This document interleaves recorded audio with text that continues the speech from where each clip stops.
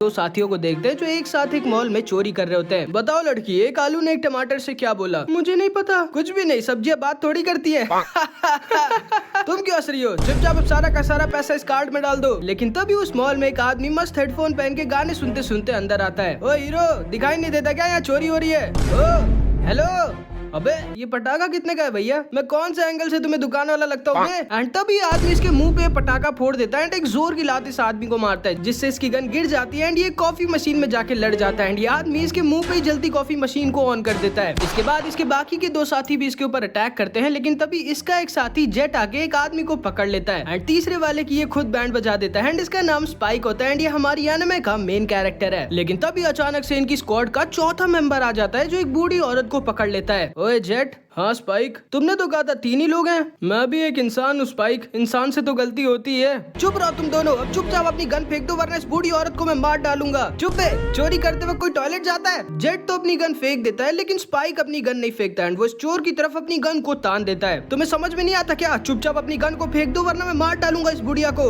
Sorry दोस्त, तुम्हें शायद लग रहा है मैं कोई अच्छा आदमी हूँ, मुझे फर्क नहीं पड़ता कि तुम इस बूढ़ी औरत के साथ क्या करते हो, और वैसे भी दादी जी आप बहुत बूढ़ी हो गई हैं, अब थोड़ा सा आराम करिए। बड़ा बदतमीज लड़का है ये। तभी इस आदमी का ध्यान भटक जाता है एंड स्पाइक इस आदमी की गन पे गोली मार देता है एंड ये आदमी वहीं पर बेहोश हो जाता है एंड स्पाइक इस बूढ़ी औरत को बचा लेता है। आखिर कौन हो तुम बदतमीज लड़के? मैं एक बाउंटी हंटर हूँ मैम। एंड असल में स्पाइक और इसका दोस्त जेट बाउंटी हंटर्स होते हैं जो बुरे लोगों को पकड़ते हैं, जिनको पकड़ने के बदले सरकार इन लोगों को पैसे देती है। स्पाइक, आखिर कब तक हम इन छोटे मोटे चोर उचक्कों को पकड़ेंगे? हमारे पैसे अब खत्म होने वाले हैं, हमें अब किसी बड़े चोर या गुंडे को जल्दी से पकड़ना होगा जिसको पकड़ने से हमें थोड़े ज्यादा पैसे मिले। तुम एकदम सही कह रहे हो जेट, मैं नूडल्स खा खा के पक चुका हूँ। फिर हम इनकी टीम के बाकी के मेंबर्स को देखते हैं। एडवर्ड जो कि एक जीनियस हैकर होती है, फेव जो कि स्पाइक और जेट की तरह एक बाउंटी हंटर होती है एंड आयन इनकी टीम का कुत्ता। एंड फेव और एडवर्ड का इस समय एक मिशन था एक दूसरे हैकर ली को पकड़ने का। फेव, तुम्हारे सामने जो येलो ट्रक है ना, मेरे हिसाब से ली उसमें ही है। ठीक है एडवर्ड, अब ये नहीं बचेगा मुझसे। लेकिन तभी अचानक से ये ट्रक बीच सड़क पे रुक जाती है एंड उसमें से एक आदमी बाहर निकलता है जो कि ली नहीं होता। ये क्या, ये ली नहीं है? एंड तभी अचानक से वो ट्रक पूरा का पूरा फट जाता है एंड फेव इस आदमी को देखती है जिसके हाथ में एक अजीब सा टैटू बना होता है जिसने इस ब्लास्ट को किया होता है एंड अगले ही पल वो गायब हो जाता है। फिर इन सबको न्यूज से पता चलता है कि वो ब्लास्ट कोई नॉर्मल ब्लास्ट नहीं था, उस ट्रक में एक अजीब सा वायरस था जिससे बहुत सारे लोग मारे गए। अरे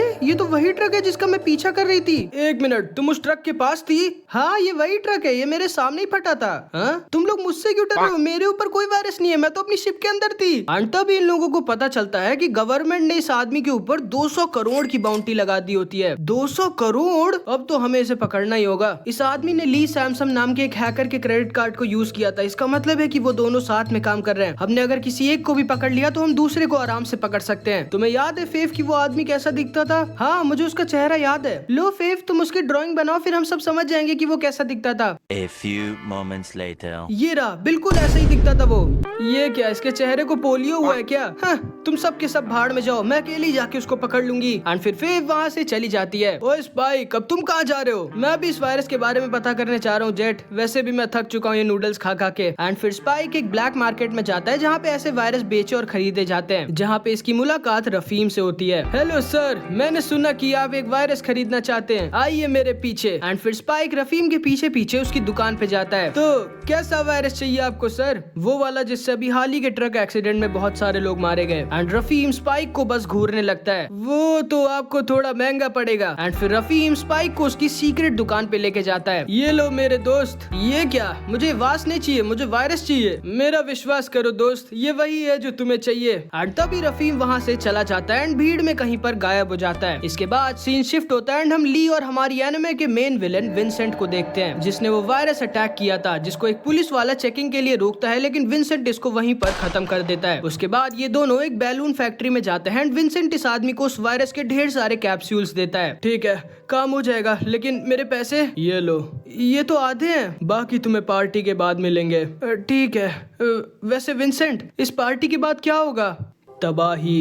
एंड इधर हम एडवर्ड और फेव को देखते हैं। डाटा और उस टैटू के हिसाब से तो ये है वो आदमी, विंसेंट वोलाजू। हाँ, ये तो मार्स आर्मी से था, लेकिन ये क्या, ये तो 2 साल पहले ही मर चुका है। ओ, मुझे कुछ समझ नहीं आ रहा। फेव, ली ने अभी अभी अपना फिर से क्रेडिट कार्ड यूज किया। कहाँ पे? एंड फेव तुरंत ही ली की तरफ भागती है एंड स्पाइक वापस शिप पर उस वेस को लेके आ जाता है। कुछ पता चला क्या एडवर्ड? मेरी डेटा के हिसाब से तो उस आदमी का नाम विंसेंट वोलाजू था जो मार्स आर्मी में था, लेकिन वो 2 साल पहले ही मर चुका है। ओ अच्छा, तुम्हें कुछ पता चला क्या स्पाइक? नहीं, मुझे बस ये वास मिला है। तुम्हें कुछ पता चला क्या? हाँ, मुझे चीरियस मेडिकल नाम की एक कंपनी के बारे में पता चला जिन्होंने अपने उस मिसिंग ट्रक को रिपोर्ट नहीं किया जो विंसेंट के पास था, जो उस दिन फटा था। जरूर से कुछ गड़बड़ है। एंड तब एडवर्ड उस वेस में घुस जाती है। ये क्या, मुझे कुछ मिला? एंड उस वेस में उस वायरस का एक कैप्सूल था। एंड फिर इधर हम ली को देखते हैं जो मस्त एक गेम खेल रहा होता है, लेकिन तभी फेव उसे आके पीछे से घेर लेती है। अब चलो मेरे साथ ली, अगर तुम मरना नहीं चाहते। इतनी आसानी से नहीं। एंड तभी ली उस गेम मॉल की लाइट्स को हैक कर ब्लास्ट कर देता है एंड वहाँ से भाग जाता है। एंड फेव के हाथ ली की सिर्फ एक टोपी लगती है। फिर हम देखते हैं स्पाइक एक क्लीनिंग ट्रक चोरी करके चीरियस मेडिकल जाता है, जहाँ पे हम एक दूसरी लड़की इलेक्ट्रा को देखते हैं जो चीरियस मेडिकल के हेड से बात कर रही होती है। तो तुम श्योर हो इलेक्ट्रा की उस ब्लास्ट के पीछे विंसेंट ही था? यस सर, हम श्योर हैं। तो इसका मतलब है कि उस एक्सपेरिमेंट में विंसेंट अकेला ऐसा बचा था जो उस वायरस के वैक्सीन को झेल पाया था। एंड असल में 3 साल पहले मार्स की गवर्नमेंट और इस चीरियस मेडिकल ने साथ में मिलकर एक बहुत ही खतरनाक D2 वायरस बनाया था, जिसकी वैक्सीन उन्होंने जबरदस्ती कई सोल्जर्स के ऊपर टेस्ट की थी, लेकिन सारे के सारे सोल्जर्स मारे गए थे सिवाय विंसेंट के, जो अकेला उस वैक्सीन को झेल पाया था और जिंदा बच गया था। उसकी बॉडी ने D2 वायरस के एंटीबॉडीज बना ली थी, लेकिन वो अपनी याददाश्त पूरी तरह से खो चुका है एंड अब बस इस दुनिया को तबाह करना चाहता है, जो कुछ भी इस दुनिया ने उसके साथ किया है उसके बदले। एंड विंसेंट अब खुद D2 वायरस का यूज कर रहा है, जिसका विंसेंट पर कोई असर नहीं होता। एंड स्पाइक भी चुपचाप इनकी सारी बातें सुन रहा होता है, लेकिन तभी बगल से इलेक्ट्रा निकलती है एंड पता नहीं कैसे इलेक्ट्रा स्पाइक को पकड़ लेती है। तुम्हें कैसे पता चला कि मैं क्लीनिंग वाला नहीं हूँ? इस जगह की सफाई अभी सुबह सुबह ही हुई थी। कौन हो तुम? मैं तो तुम्हारा एक आशिक हूँ जाने मन। एंड तो भी स्पाइक नीचे गिरे वाइपर का यूज करता है एंड वहाँ से भागने लगता है। ये सारे सिक्योरिटी वाले भी इसे पकड़ने की कोशिश करते हैं, लेकिन ये किसी तरह वहाँ से भाग जाता है। एंड फिर स्पाइक वापस आ जाता है और इन सारे लोगों को इस D2 वायरस के बारे में बता देता है, जो कि बहुत ही ज्यादा खतरनाक है, जो कुछ ही सेकंड में एक इंसान को खत्म कर देता है। एंड सिर्फ विंसेंट ही एक ऐसा है जिसके ऊपर इस वायरस का कुछ असर नहीं होता। एंड विंसेंट इस वायरस से पूरी दुनिया को खत्म कर सकता है। तो हमें इसे रोकना चाहिए या फिर यहाँ से भागना चाहिए स्पाइक? मैं भी भागना चाहता हूँ जेट, लेकिन उसे पकड़ने के 200 करोड़ मिल रहे हैं, इसीलिए मैं तो नहीं भाग सकता। और हाँ, एक बहुत ही खूबसूरत लड़की है जिससे मुझे दोबारा मिलने का मन है। जेट, स्पाइक, तुमने एक टोपी देखी क्या जो मैं उस लड़की ली की लेके आई थी? नहीं, मैंने तो नहीं देखी। आगे इधर हम एडवर्ड और आयन को देखते हैं जो ली की टोपी की स्मेल को सूंघते सूंघते ली को ढूंढ लेते हैं। एंड एडवर्ड तुरंत ही फेव को फोन मिला देती है। फेव, मैंने ली को ढूंढ लिया। बहुत अच्छे एडवर्ड, तुम मुझे अपनी लोकेशन भेजो, मैं 1 सेकंड में आ रही हूँ और तुम कहीं पर जाना मत। Okay okay. एंड एडवर्ड फेव को ली की लोकेशन भेज देती है, लेकिन तभी उसे कुछ बच्चे दिखते हैं जो हैलोवीन मना रहे होते हैं। एंड एडवर्ड और आयन इन बच्चों के पीछे निकल जाते हैं। एंड इधर हम ली और विंसेंट को देखते हैं। सर, मैं सब कुछ चेक कर आ गया हूँ, सब कुछ हमारे प्लान के मुताबिक हो रहा है। अब हमें हमारे इस गेम में कोई नहीं हरा सकता। हमारा गेम नहीं ली, मेरा गेम। एंड तभी विंसेंट एक वायरस के कैप्सूल को अपनी गन से फोड़ देता है। ये तुम क्या कर रहे हो विंसेंट? तुम मेरे साथ ऐसा नहीं कर सकते। एंड तभी D2 वायरस की वजह से ली वहीं पर खत्म हो जाता है। एंड तभी वहाँ पर फेव भी आ जाती है एंड वो भी उस D2 वायरस की वजह से खत्म होने वाली थी, लेकिन तभी विंसेंट इसको पकड़ लेता है एंड पता नहीं क्यों इसको किस कर देता है एंड अपने थोड़े से ब्लड को फेव के अंदर डाल देता है, जिससे अब फेव को इस वायरस से कुछ असर नहीं होगा। एंड फेव वहीं पर बेहोश हो जाती है। इसके बाद विंसेंट वहाँ से जाने लगता है, लेकिन इसको चीरियस मेडिकल वालों ने ढूंढ लिया होता है, जो इसके पीछे लग गए होते हैं। ये चीरियस मेडिकल वाले तुरंत ही इलेक्ट्रा को फोन करके विंसेंट की लोकेशन उसको बता देते हैं। असल में स्पाइक जब इलेक्ट्रा से मिला था तब उसने इलेक्ट्रा की जेब में एक माइक्रोफोन डाल दिया था, जिससे स्पाइक को भी विंसेंट की लोकेशन पता चल जाती है एंड वो भी विंसेंट के पास जाने लगता है। इधर हम इलेक्ट्रा और विंसेंट को देखते हैं जो उस रेलवे स्टेशन में आ जाते हैं जिसमें इस समय विंसेंट है। विंसेंट एक ट्रेन में चढ़ जाता है, इलेक्ट्रा भी उसके पीछे इस ट्रेन में चढ़ जाती है एंड स्पाइक भी किसी तरह इस ट्रेन के अंदर घुस जाता है एंड स्पाइक विंसेंट के ऊपर अपनी गन तान देता है। माफ करना दोस्त, लेकिन तुम्हारे ऊपर 200 करोड़ की बाउंटी है, अब चुपचाप मेरे साथ चलो। लेकिन तभी विंसेंट इसके ऊपर फायरिंग करने लगता है एंड तभी इसकी एक गोली इलेक्ट्रा को लग जाती है। स्पाइक इसके पास पहुंच जाता है एंड इन दोनों का hand to hand combat start हो जाता है, लेकिन विंसेंट तो एक सोल्जर था, वो स्पाइक को बहुत गंदा मारने लगता है एंड स्पाइक एकदम अधमरा हो जाता है एंड विंसेंट स्पाइक को चलती ट्रेन के बाहर लटका देता है, लेकिन तभी इलेक्ट्रा उसके ऊपर अपनी गन तान देती है। विंसेंट स्पाइक के सीने में गोली मार देता है एंड स्पाइक को चलती ट्रेन से फेंक देता है एंड स्पाइक नीचे के समुद्र में जाकर गिर जाता है। विंसेंट, प्लीज मुझे याद करो। एंड तभी विंसेंट D2 वायरस के एक बॉम्ब को फोड़ देता है एंड वहाँ से गायब हो जाता है एंड उस D2 वायरस की वजह से ट्रेन के सारे पैसेंजर्स खत्म हो जाते हैं। लेकिन हैरानी की बात ये होती है कि इलेक्ट्रा को भी उस वायरस से कुछ नहीं होता, क्योंकि पता नहीं कैसे इसके ब्लड में भी विंसेंट की तरह D2 वायरस की एंटीबॉडीज थी। फिर इसके बाद हम स्पाइक को देखते हैं जिसको एक आदमी ने बचा लिया होता है। थैंक यू अंकल मुझे बचाने के लिए। तुम्हारे थैंक यू का मैं अचार डालूंगा क्या? चुपचाप मुझे 2 लाख रुपए दो। यार इससे अच्छा तो ना ही बचाते। इसके बाद सीन शिफ्ट होता है, हम मार्स गवर्नमेंट के 2 लोगों को और सीरियस मेडिकल के हेड को बात करते हुए देखते हैं। तो आप श्योर है कि विंसेंट वोलाजू अभी तक जिंदा है और उसने ही 2 बार D2 वायरस ब्लास्ट का यूज किया है? जी हाँ, हम 100% श्योर है और हम उसे जल्द ही पकड़ लेंगे। हम चाहते हैं कि आप उन सबको पकड़े जिन्हें भी विंसेंट के बारे में पता है। ये बात कुछ भी करके बाहर नहीं पहुंचनी चाहिए। और हाँ, D2 वायरस की वैक्सीन जल्दी से इन्वेंट करी जाए। ठीक है सर, हम उन सबको पकड़ लेंगे जिन्हें भी विंसेंट के बारे में पता है। और हाँ, हमारे पास D2 वायरस की वैक्सीन पहले से एक लड़की के ब्लड के अंदर है। एंड इसके बाद हम इलेक्ट्रा को देखते हैं जो अपने थोड़े से ब्लड को डॉक्टर ओमेन को दे देती है। मेरे ब्लड में D2 वायरस की वैक्सीन है शायद, मैं चाहती हूँ कि आप मेरे ब्लड से ढेर सारी वैक्सीन बना लें। ठीक है, काम हो जाएगा इलेक्ट्रा। एंड इधर हम स्पाइक को देखते हैं जो फिर से रफीम से मिलने आया होता है D2 वायरस की वैक्सीन को लेने के लिए, लेकिन रफीम स्पाइक को बताता है कि उसके पास कोई भी ऐसी वैक्सीन नहीं है, उसके पास सिर्फ वायरस है। एंड रफीम वहाँ से चला जाता है, लेकिन तभी हम देखते हैं सीरियस मेडिकल के सोल्जर स्पाइक और इलेक्ट्रा दोनों को पकड़ लेते हैं। एंड इधर हम विंसेंट और फेव को देखते हैं। आखिर चाहते क्या हो तुमने मुझे क्यों बचाया?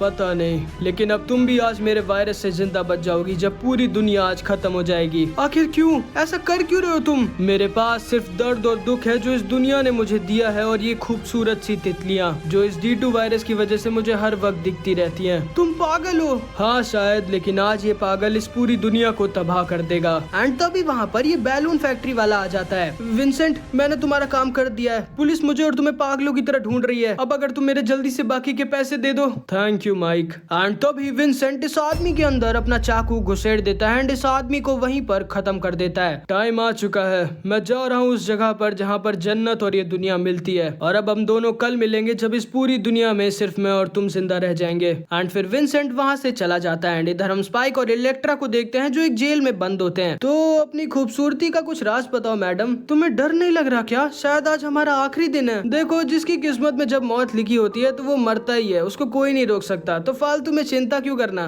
वैसे तुम विंसेंट को जानती थी ना? हाँ, मैं और विंसेंट एक साथ मार्स आर्मी में थे और हम दोनों एक दूसरे से बहुत प्यार करते थे, लेकिन एक दिन अचानक से विंसेंट गायब हो गया और फिर थोड़े दिनों बाद मुझे पता चला कि विंसेंट एक वॉर में मारा गया, जो कि झूठ था। असलियत में मार्स गवर्नमेंट और सीरियस मेडिकल ने साथ में मिलकर उसके ऊपर D2 वायरस का एक्सपेरिमेंट किया था, जिससे वो अपनी सारी मेमोरीज भूल गया और उसके दिमाग में सिर्फ दुख और दर्द के अलावा कुछ भी नहीं है, और इसीलिए वो उसी D2 वायरस से पूरी दुनिया को खत्म करके अपना बदला लेना चाहता है। हाँ, तुम एकदम सही कह रहे हो स्पाइक सीगल, प्लीज मेरी मदद करो। ठीक है, लेकिन उसके बदले तुम्हें मेरे साथ डेट पे चलना होगा। ठीक है, अब तो मैं नहीं मर सकता। एंड थोड़ी देर बाद वहाँ पे कुछ सोल्जर्स और साइंटिस्ट आते हैं जिनको ये दोनों पकड़ लेते हैं एंड उस जेल से भाग जाते हैं। इधर हम गवर्नमेंट और सीरियस मेडिकल वालों को देखते हैं जिनको विंसेंट ने फोन कर बता दिया होता है कि वो D2 वायरस को पानी के रास्ते सबके पास पहुंचाएगा। एंड इनके सारे सोल्जर्स वाटर टनल के पास पहुंच जाते हैं, लेकिन ये तो विंसेंट की एक चाल थी। वो तो असलियत में इस हैलोवीन पार्टी का फायदा उठा के सारे लोगों को इस वायरस से खत्म करने वाला था। स्पाइक और इलेक्ट्रा तुरंत ही इस डॉक्टर ओमेन के पास जाते हैं जिसने इलेक्ट्रा के ब्लड से थोड़ी बहुत वैक्सीन बना दी थी। एंड ये दोनों उन वैक्सीन को लेके जेट के पास आ जाते हैं। एंड इधर हम फेव को देखते हैं जो विंसेंट के ही चाकू से खुद को किसी तरह आजाद कर देती है। एंड वो इन सबको विंसेंट का प्लान बता देती है कि आज विंसेंट हैलोवीन की पार्टी में अपने वायरस को लीक करने वाला है, जिससे पूरे मार्स के लोग मारे जाएंगे। एंड वो खुद अभी पता नहीं कहाँ किसी ऐसी जगह पर है जहाँ पर ये दुनिया और जन्नत मिलती है। ध्यान से सुनो फेव और जेट, मेरे पास एक प्लान है। फेव, तुम तुरंत ही वाटर कंट्रोल सेंटर जाओ और इस शहर के ऊपर बारिश करवा दो, और जेट तुम कहीं से 20-30 प्लेन का जुगाड़ करो और हैलोवीन पार्टी की जगह पर उस वैक्सीन को रेन के साथ स्प्रे करवा दो। और तुम कहाँ जा रहे हो स्पाइक? विंसेंट से मिलने। लेकिन स्पाइक फोन को काट देता है। एंड तभी इसकी स्पेसशिप के पीछे मार्स गवर्नमेंट की 2 शिप्स लग जाती हैं, जिनसे किसी तरह पीछा छुड़ाता है और एक टैक्सी से उस हैलोवीन पार्टी की जगह पर पहुंच जाता है जहाँ पे इस समय विंसेंट था। स्पाइक समझ चुका होता है कि विंसेंट इस समय मार्स के सबसे ऊंचे टावर के ऊपर होगा जो आसमान को छूता है, क्योंकि उसने फेव से कहा था कि वो उस जगह पर होगा जहाँ पर ये दुनिया और जन्नत मिलते हैं। हैलोवीन पार्टी स्टार्ट हो जाती है और हम इस बड़े से पंपकिन बैलून को देखते हैं जिसके अंदर विंसेंट का सारा D2 वायरस भरा हुआ है। एंड इधर हम स्पाइक को देखते हैं जो उस टावर के ऊपर आ जाता है। एंड स्पाइक को बिल्कुल सही लगा होता है, विंसेंट यहीं ऊपर था। एंड इन दोनों की फाइट स्टार्ट हो जाती है। एंड स्पाइक अपनी पिछली हार का बदला लेने आया था। इधर हम फेव को देखते हैं जो मार्स वेदर कंट्रोल सेंटर पहुंच जाती है एंड हैलोवीन पार्टी वाली जगह पर बारिश करवा देती है। एंड इधर हम स्पाइक और विंसेंट को देखते हैं जिनके बीच बहुत ही भयानक फाइट होती है, लेकिन विंसेंट तो एक फॉर्मर सोल्जर था और वो स्पाइक से ज्यादा फास्ट और स्ट्रॉन्ग होता है, इसीलिए वो इस बार भी स्पाइक को हरा देता है। तुम्हें समझ में नहीं आता क्या? तुम मुझे नहीं रोक सकते। एंड तभी विंसेंट उस हैलोवीन पार्टी पंपकिन बैलून को ब्लास्ट कर देता है, जिससे D2 वायरस उस पूरी एरिया में फैलने लगता है एंड स्पाइक के ऊपर भी D2 वायरस का असर होने लगता है एंड उसे वही बटरफ्लाइज दिखने लगती हैं जो विंसेंट को हर वक्त दिखती हैं। ये बटरफ्लाइज बहुत खूबसूरत है ना, लेकिन जब ये तुम्हें हर वक्त दिखती रहती हैं तो तुम्हें इनसे नफरत हो जाती है एंड स्पाइक वहीं पर गिर जाता है एंड विंसेंट फिर से उसे गोली मारने वाला होता है। इस बार मैं तुम्हें जिंदा नहीं छोड़ूंगा, लेकिन फिर से तभी वहाँ पर इलेक्ट्रा आ जाती है। विंसेंट, मैं तुम्हें ऐसा नहीं करने दूंगी। आखिर इस लड़की के ऊपर मेरे वायरस का असर क्यों नहीं हुआ? ठीक है विंसेंट, मैं तैयार हूँ इस दुनिया को तुम्हारे साथ छोड़ने के लिए। एंड ये दोनों गोली चला देते हैं। इलेक्ट्रा तो विंसेंट को गोली मार देती है, लेकिन विंसेंट इलेक्ट्रा को गोली नहीं मारता। आखिर क्यों? तुमने इलेक्ट्रा को क्यों नहीं मारा? क्योंकि असल में विंसेंट को एंड टाइम पे उसकी सारी मेमोरीज याद आ गई थी। उसे याद आ गया था कि इलेक्ट्रा कौन थी एंड उसे वो सारी अच्छी मेमोरीज याद आ गई थी जो उसने इलेक्ट्रा के साथ बिताई थी। एंड विंसेंट के पास अब ज्यादा टाइम नहीं बचा होता। फाइनली ये सारी तितलियां गायब हो रही हैं। मैं खुश हूँ कि मैं आखिरी बार तुम्हें देख पाया इलेक्ट्रा। एंड विंसेंट वहीं पर खत्म हो जाता है एंड जेट और बाकी के प्लेन्स उस पूरे एरिया में वैक्सीन को स्प्रे कर देते हैं, जिससे स्पाइक और सारे लोग उस D2 वायरस से बच जाते हैं। एंड भले ही स्पाइक को 200 करोड़ नहीं मिलते, लेकिन फिर भी वो खुश होता है कि उसने इतने सारे लोगों को बचा लिया। एंड यहाँ पर हमारी एनिमे स्टोरी खत्म हो जाती है। आई होप कि तुमको ये वीडियो अच्छी लगी होगी।